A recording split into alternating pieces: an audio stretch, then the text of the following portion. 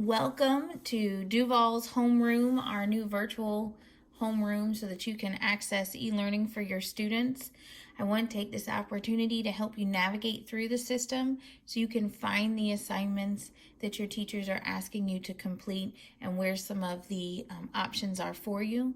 Before we get started, I just want to tell you a little bit about Unique Learning Systems.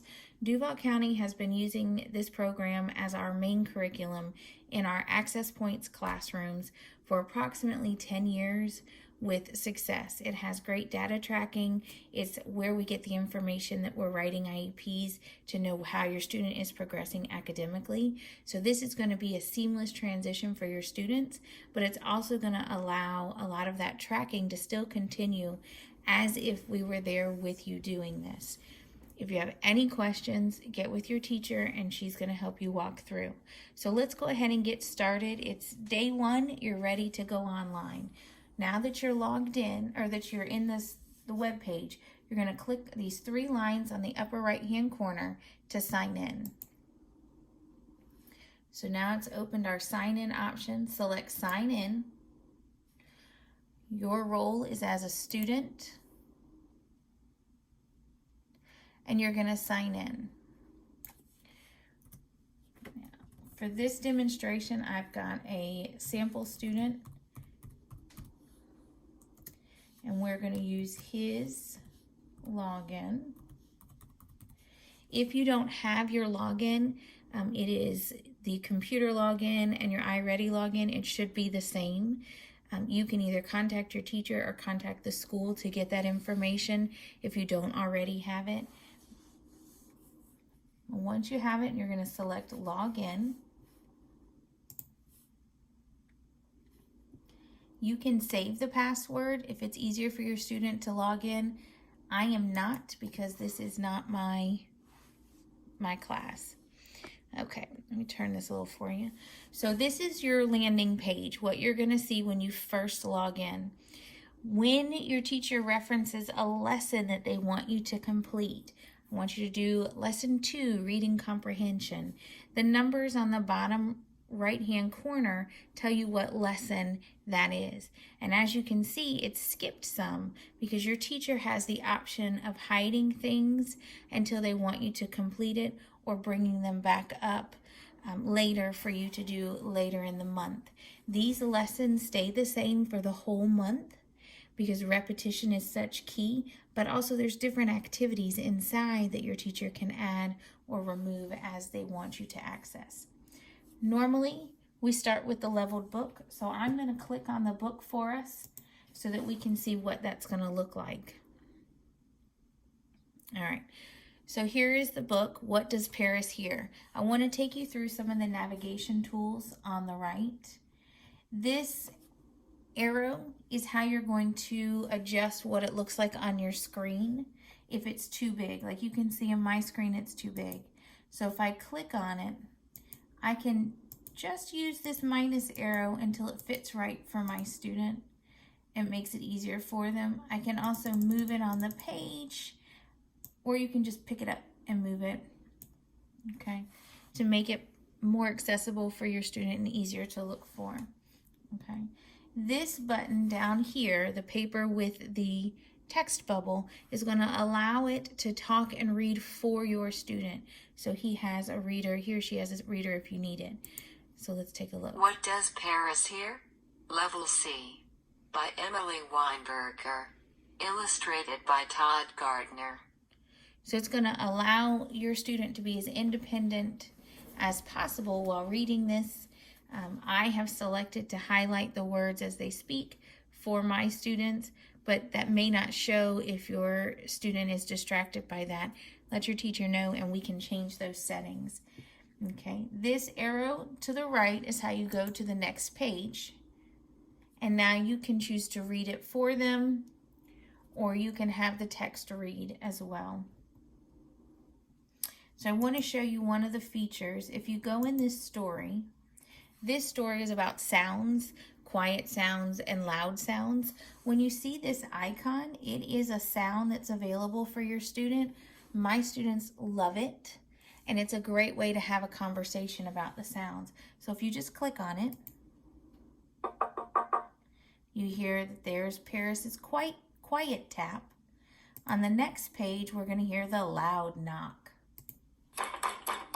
And the kids love that. So giving them that opportunity to interact with the story in this page is a wonderful opportunity.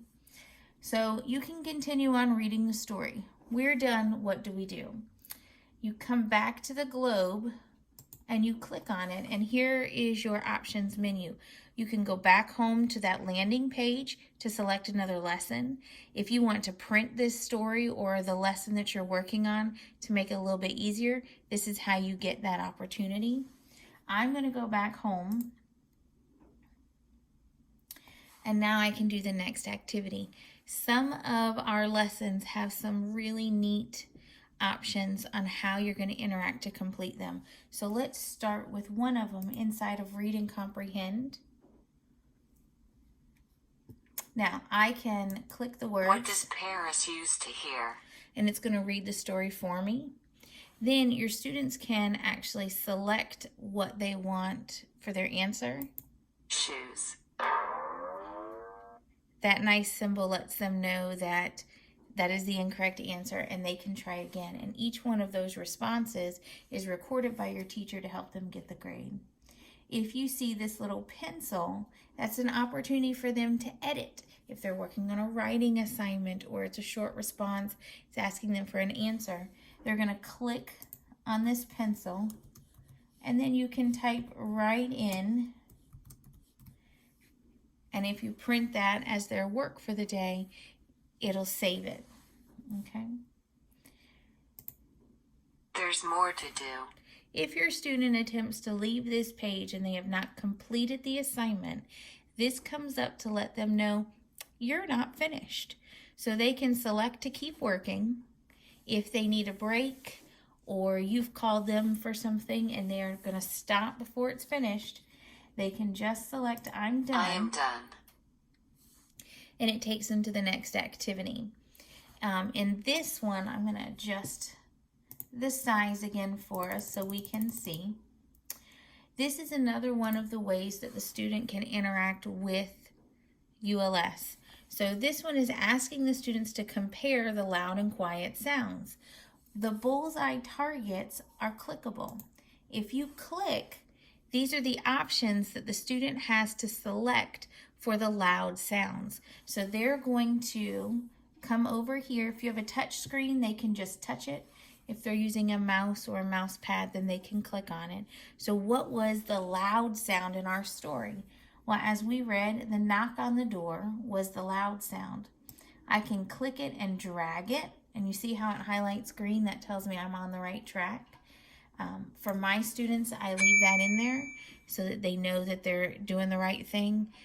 If your student is reading, your teacher may have removed the red or green to see what they put on their own, and then you'll get the grade based on what they do. The same for quiet. The same menu is now going to come up. Well, knock on the door was loud, so it certainly isn't the quiet sound. So I can put in the correct one.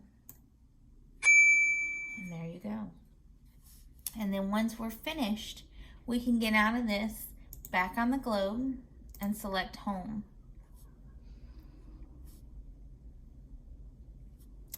So you can scroll down and see all the different types of activities that are available.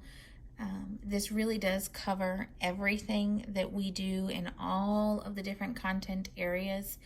There is science, there's telling time, which gets into some of our history, following directions, there's a writing journal prompt. It's all here, and every time your student accesses this information in one of these categories, it notifies the teacher what they did and how they did it, and we are ensuring that your students are getting credit for the work that they do. So I hope that was helpful. If you have any additional questions on how to get through ULS, please contact your teacher, and we hope that you guys find that this works for you at home, and we're excited to try something new.